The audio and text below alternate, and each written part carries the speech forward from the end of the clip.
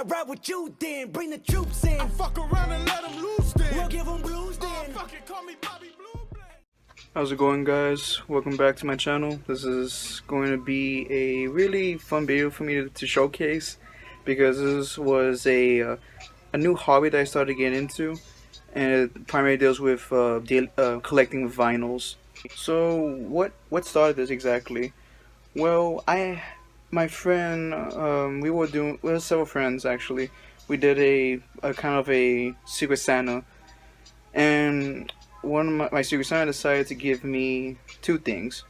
One was a philosophical book by the famous Immanuel Kant.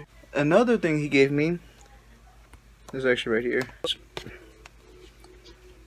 Is this random ass record. This Bone Thugs-n-Harmony singles. It's the single for first of the month.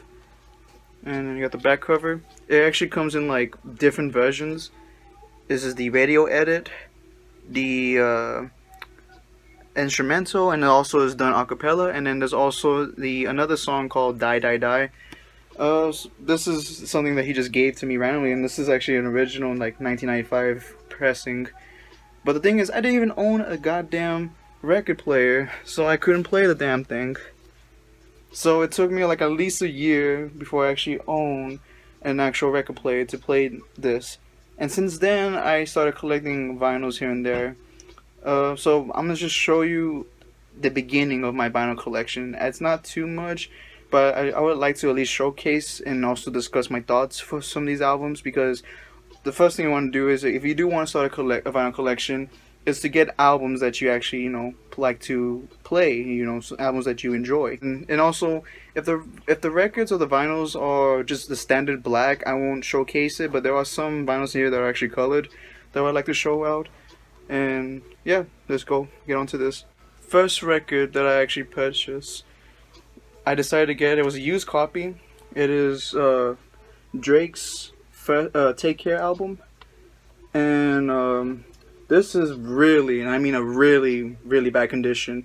I got it from Amazon for pretty cheap. The reason why it's in a bad condition is primarily, if you can see, there's actually a huge like record imprint in the back. So that means whoever had this had it stacked horizontally like this, not like, stacked vertically. So this is just a gatefold. Pretty cool. So you have a picture, I don't know if y'all can see.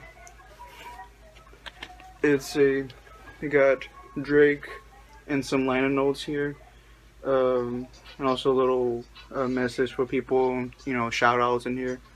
And yeah, this is a record I wanted to get, primarily because this was part of my childhood back then. This came out in 2010. It has over 20 songs.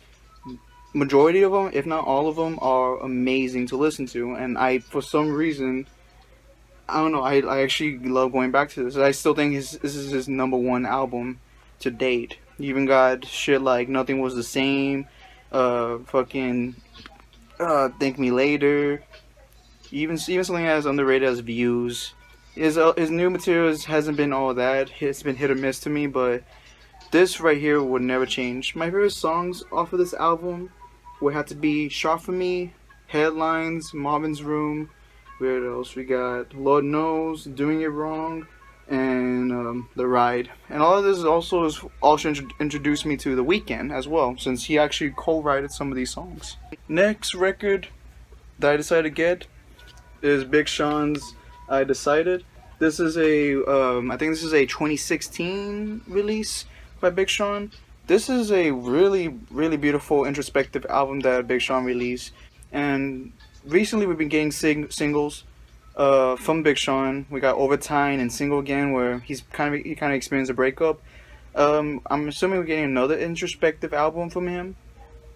But his last album, which was a collab with Metro Boomin, was kind of trash, in my opinion. He has, but this is another gatefold. You have a Big Sean photo, really psychedelic. I really love the album cover for this. It's another gatefold. Kind of just see Big Sean sitting in the dark, just chilling there. And another cool thing about this, let me get this bitch out. This is a blue transparent album. No worries, I'm not going to try to grab it. It's really, it's a little show right there. Blue Transparent, really chill. So for those who like concept albums, it's very lyrical for the most part. Some people say he's cringe-worthy, has some kind of bars that kind of suck ass, but I disagree. This is actually really wondrous. It also has a lot of like religious themes and, like I said, a lot of introspection. My favorite tracks from here would have to be Bounce Back, No Favors, Moves, Halfway Off the Balcony, Inspire Me, and Voice in My Head, Stick to the Plan. That shit is a banger and a half. My next one is a very personal one. I love this album to death. It's probably my favorite album from last year, and it's Mac Miller's Swimming. This album right here helped me a lot last semester. This album pretty much deals with primarily with Mac Miller's mental state, and also his breakups with Ariana Grande, alcoholism, and prior to overcoming obstacles and sadness. So this is, I would say, it's a very chill album to listen to. There's not really that much bangers in here unless you include shit like Ladders and What's the Use. They have like a little bit of jazz, a little bit of funk involved. But a lot of the tracks in this album are primarily very low key in a way, especially the intro, Come Back to Earth. This is there are two versions of this. So this one is just the standard black vinyl. It also comes in pure white. However, that shit is too expensive for me right now to purchase. This is probably one of the more sought out albums to get from Mac Miller, because this is his fifth and very last one before he unfortunately passed away from overdose. But yeah, because of that, this album has stuck with me for the past year. Been jamming out to it. It's sometimes hard to listen to because it's a really depressing album to listen to, especially after the fact that he passed away. My favorite tracks from this album, I would say, is Perfecto, Self Care, Don't Know, 2009, Jet Fuel, and Small Worlds. This is a beautiful album, and I can't say anything else. This is perfection right here, in my personal opinion.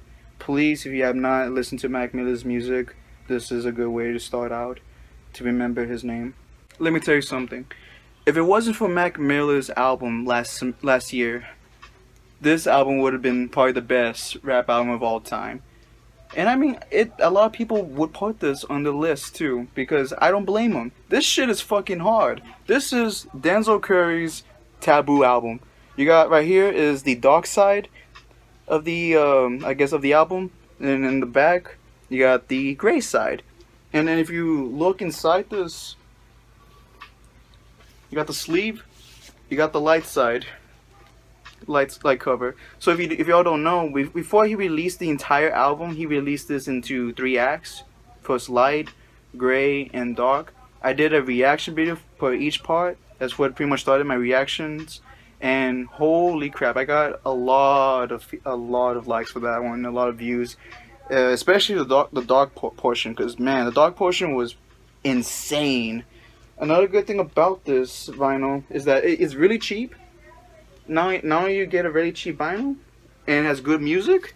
This shit is in fucking bloody slushy red. It probably even comes in magenta. This shit's crazy, man. I don't think this is probably one of the best looking vinyls.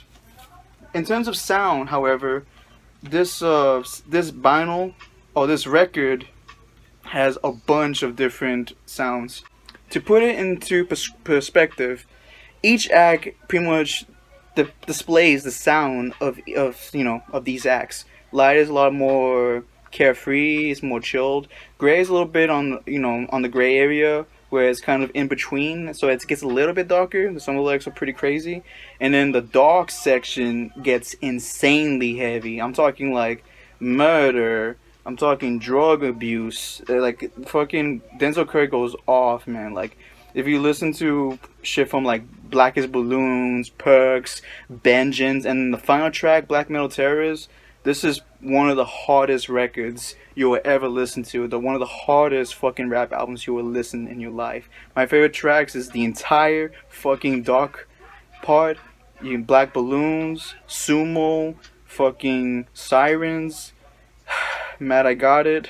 This shit is a masterpiece when it comes to having a good concept, and also putting some new shit from like the mumble rappers. This is something that I cannot recommend. People need to listen to this shit. Next album. This was a very recent purchase. I'm glad I got it really kind of cheap, because I've been looking at some of the shit online. It's going up. I would say it's going to $40-$50. This is this new recent album.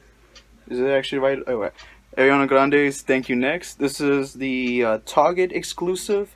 So I wanted to get this one primarily because this is the pink one. There's, I think, Ariana Grande's website. If you try to purchase it there, it's her, but it's a black cover, and then you have the track listing in the back. This is what I gotta say. For both of the vinyls, if you get the black one, the black pressing, it comes in a single record, which is pretty good. This one is a double LP, and of course it's a gatefold. Let me show you. So you have a picture, the liner notes, and I got a picture of sexy Ariana Grande, pretty badass.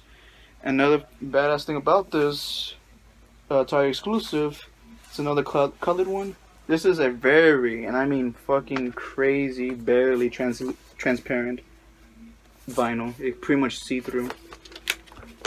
It's really, really good. I'm not gonna sit here and say I'm the biggest Ariana Grande fan, because I'm not. I'm mostly a casual listener. Whenever she drops a single from her shit, I like listening to her. Especially, but for some reason, around the time Sweetener and this came out, I've been listening to her a little bit more. This is probably the first introduction to Ariana Grande I've ever gotten the chance to listen to. Listening to her album front to back, and how consistent the themes were.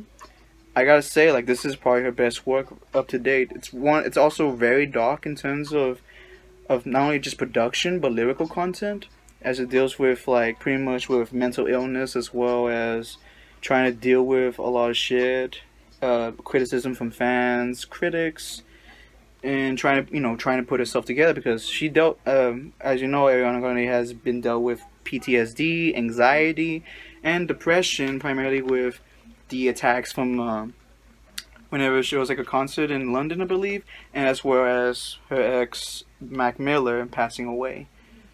My favorite songs from this has to be Needy, Fake Smile, Ghostin', man, that shit tears me up listening to that shit. 7 Wings, and Break Up With Your Girlfriend. I'm bored. This is probably one of the biggest albums of 2019. I say cap this shit whenever you try. What the fuck was I even saying? Another badass album from last year. We got Earl Sweatshirt's Some Rap Songs. This is my favorite Earl Sweatshirt project. I'm still trying to see, like, looking through it, and I'm still having my list of vinyls to get. I still got Doris to get. I still had to get I Don't Like Shit, I Don't Go Outside to get. But this is something I had to get as soon as possible. In terms of sound, this is a very, and I mean very, disjointed ass record. The sounds and mixing might seem off to a casual listener, especially this is like really like claustrophobic ass sounds, more antisocial compared to I Don't Like Shit, I Don't Go Outside. And another good thing about this record, it's very short. A lot of the songs don't even reach the 3-minute mark. The longest songs in here is probably like Shattered Dreams and The Mint, but most of the time you will see shit that is under 2 minutes. So this record is around 20 minutes long, around 20-25 minutes. This album is very heavy in lyrical content, because it makes also a lot of listeners question how if Earl is okay. Earl, as you know, has experienced death. You know, his father has passed away, and here his uncle has passed away as well. This record was meant to keep, to pretty much keep, like, say, like, oh, like, trying to get closer to his family again. But once the news came in that his father passed, it was devastating, and this record displays this really well. This is pretty much something that is Madlib influence. If you have listened to shit like MF Doom and Madlib, Madvillainy type of ish, this is like the sad version of it. I know everyone has said that before, but this is a really good listening. It has a lot of great samples in the mix. Also, actually, this is probably the most lyrical I've ever heard spit, and this is very chill listen, to be honest. My favorite tracks from here would have to be Cold Summers, the December 24th, The Mint, Eclipse, Plain Possum, and my favorite, Azúcar, Sugar. Next one, I would say, is a prereq for a lot of vinyl collectors, is to get at least one record from Fleetwood Mac, and it had to be Rumors. This is I would say, I think it's a 1977, 1979 release. This is, of course, not, this is not, the pressing is not like that. This is probably a reissue that I got from Walmart. And yeah, this is just a basic black vinyl, and of course, this has a lot of great songs. It was either this or getting Michael Jackson's Thriller, but I believe this was probably the best one. In the back, you have all the band members and the track listing. My favorite songs off of this record would have to be Dreams, Don't Stop, The Chain, and Songbird. Songbird caught me by surprise. It was really lovely listening to this album. This will start a war. I got what I think is my favorite rap album of all time right now, and it's from one of my favorite artists in the rap game. I got Kendrick Lamar's Good Kid, Mad City. And I know what you're gonna say, To Pimp a Butterfly is probably his best work. That might be so, in a way, conceptually, but if I want to go back to a Kendrick Lamar album, this is the one I go back to the most, compared to shit like, there's a lot of good like jazz rap into Pimp a Butterfly, but I never see myself going back to it that often compared to Good Kid, Mad City. Shit, even Damn has a lot of replayability, and Damn's not really that good of a concept. However, this particular concept album depicts a young Kendrick and the life he lives in, Compton, going through pretty much trying to, fuck Shireen, gets into a brawl with some other gangs, almost got his ass killed, one of his friends died, trying to see if he act revenge, try to go pretty much seek God for help. This is a really, really good concept, and the tracks are really nice. It has a lot of these little skits in the end, so it helps you follow the story. This is another gatefold. This is a really cheap one too. This one is, of course, has like a bonus track. It's like the deluxe edition, and you got this nice gatefold, some nice pictures of Kendrick and his family, liner notes, as well as I thought some lyrics for a little bit. But yeah, this is a good way to start if you want to start a rap collection. Get this, or even I would even say get To Pimp a Butterfly. That one also has a really amazing songs. It's just that when I first listened to it, it wasn't something it wasn't my cup of tea, But I have an open mind. I went through it multiple times, and I still think To Pimp a Butterfly is probably his best work. But this right here is, I would say, better, if not equal, to Pimp a Butterfly. My favorite tracks of this is Bitch Don't Kill My Vibe, Money Trees, Mad City, Swimming Pools, the first song that introduced me to Kendrick, Compton, and even has the recipe with fucking Dr. Dre. That shit is fucking cool, man. To keep this video kind of short, decided to show this. I got two vinyls from 21 Pilots. We got their first, I guess I would say commercial. This is not the first fucking album, because you got Original Best and then the self-title, but this is the first album, I guess, that got them into the mainstream vessels.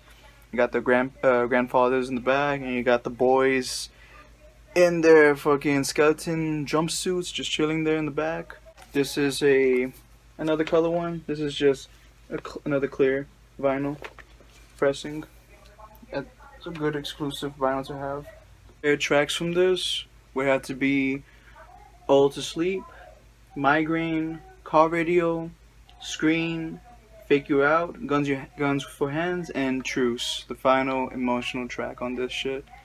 The other 21 Pilot vinyl that I have currently, unfortunately, it's not the latest one. I will get it eventually. I got 21 Pilots' Blurry Face. Literally every single track on here pretty much got gold, which is fucking insane. This is a gatefold, and it also has this little, I don't want to take it out, but because it kind of messes up, little slide in. And then this is a standard black. It's a gatefold, really cool. Has a little message for the click, and some additional liner notes. This is again really mainstream 21 Pilots album, which a lot of people got introduced to. It was really successful back in 2015. Had a lot of hits, especially Stress Out, Ride, and I would say even Tearing My Heart. You can hear it in alternative stations. Favorite tracks on here would have to be Heavy Dirty Soul, Ride, Tearing My Heart, The Judge, Polarize, and Goner. Again, Goner's another emotional track. We don't have Trench yet. We'll get that very soon. And then finally, we have my last rap album, Enter the Wu-Tang, 36 Chambers. This is a classical album from Wu-Tang Clan, debuted. Yeah, there's really nothing much I can say about this. This shit is really hard. Like, a lot of the songs here are bangers at this point. Even got some introspection from like shit like Cream. You have a lot of these amazing rappers: RZA, Method Man, Dirty Bastard, GZA, fucking Ghostface Killah. It's funny because they actually released an album like I would say a year or 2 years ago. It wasn't really, because it felt more like they just had random rappers. It wasn't like the entire Wu-Tang Clan. I mean, I enjoyed it, but nothing's gonna beat this at all. This is the pinnacle of hip hop right here. My favorite tracks from here has to be Bring the Ruckus, Shame on a Killer, Protect Your Neck, Wu-Tang Clan Ain't Nothing to Fuck With, and Cream. This has a lot of good songs right here. If you wanted to collect any classical hip hop tracks or albums, this is one of the main ones you should definitely grab in your collection. After a few hours of looking at the edited video, because I'm not the brightest human being on earth, I forgot one record in particular. Here we have, this is now I guess my last vinyl. This is Royal Bloods, How Do We Get So Dark. I don't know why, I could have sworn I recorded this, but it's not in my video. I need to just double check again. But yeah, this is just a rock album. Has a lot of good songs in here. So we got How Do We Get So Dark, Lights Out, Only Lie When I Love You, Look Like You Know, and Hook, Line, and Sinker are my favorite. This is actually one of the cheapest vinyls I got. It has a weird texture, kind of like a cardboard texture, but it sounds amazing. But yeah, I just want to let you all know that this is another vinyl that I had just lying around. I guess I did record it, but I just forgot to add it in. But yeah. And then another thing, just before we leave, whenever you get a vinyl, I'm still trying to get the process to at least cover the entire record packaging with something so it can protect the record furthermore. But to actually get something, also get like a brush like this or a microfiber cloth to kind of just brush it and clean the record without scratching it, because there might be some dust on it. Another thing, if you want to get a deeper clean inside the grooves of the records, is there's some cleaning agents to use to get a deeper clean, because sometimes the record would sound pretty staticky, and these are meant to be anti-static.